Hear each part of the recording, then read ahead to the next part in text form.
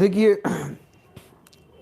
اچھا جی، محمد جاوید صاحب چرار شریف بڈگام کشمیر سے، دیکھیں ان کا سوال کیا ہے، کہہ رہے ہیں السلام علیکم ورحمۃ اللہ وبرکاتہ، مفتی صاحب میرا سوال ہے کہ مولانا سعد صاحب کو کس نے تبلیغی جماعت کا امیر بنایا، اور اگر کسی نے نہیں بنایا تو کیا امیر خود بنتے ہیں یا بنائے جاتے ہیں؟ برائے مہربانی تفصیل کے ساتھ جواب دیں۔ دیکھیے جاوید صاحب، مولانا سعد صاحب کو کسی نے بھی امیر نہیں بنایا، مولانا سعد صاحب خود امیر بن گئے ہیں۔ اسی پر تبلیغی جماعت میں بہت زیادہ اختلاف ہوا اور دو گروپ بن گئے،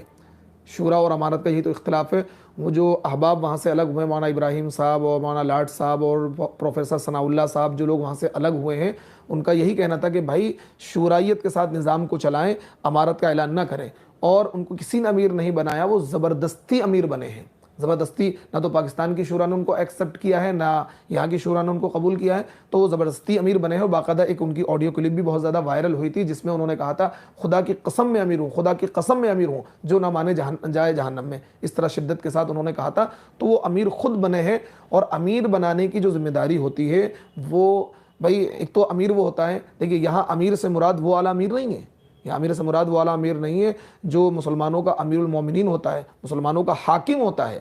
یہ بھی غلط فہمی پیدا کرتے ہیں، یعنی وہ جو امیر کے اس کی اطاعت لازم ہوتی ہے، ہاں ہر جائز کام میں اس امیر کی اطاعت لازم ہوتی ہے جو مطلب مسلمانوں کا امیر ہوتا ہے، مسلمانوں کا حاکم ہوتا ہے۔ اگر اسلامی گورنمنٹ کہیں ہوگی، خلافت کا نظام ہوگا، وہاں جو امیر المومنین ہوں گے، جیسا کہ حضرت عمر امیر المومنین تھے، حضرت ابو بکر امیر المومنین تھے، حضرت امیر معاویہ امیر المومنین تھے، حضرت عثمان امیر المومنین تھے، حضرت علی امیر المومنین تھے، حضرت حسن امیر المومنین تھے، تو ان لوگوں کی اطاعت مسلمانوں پر لازم تھی جائز کاموں میں،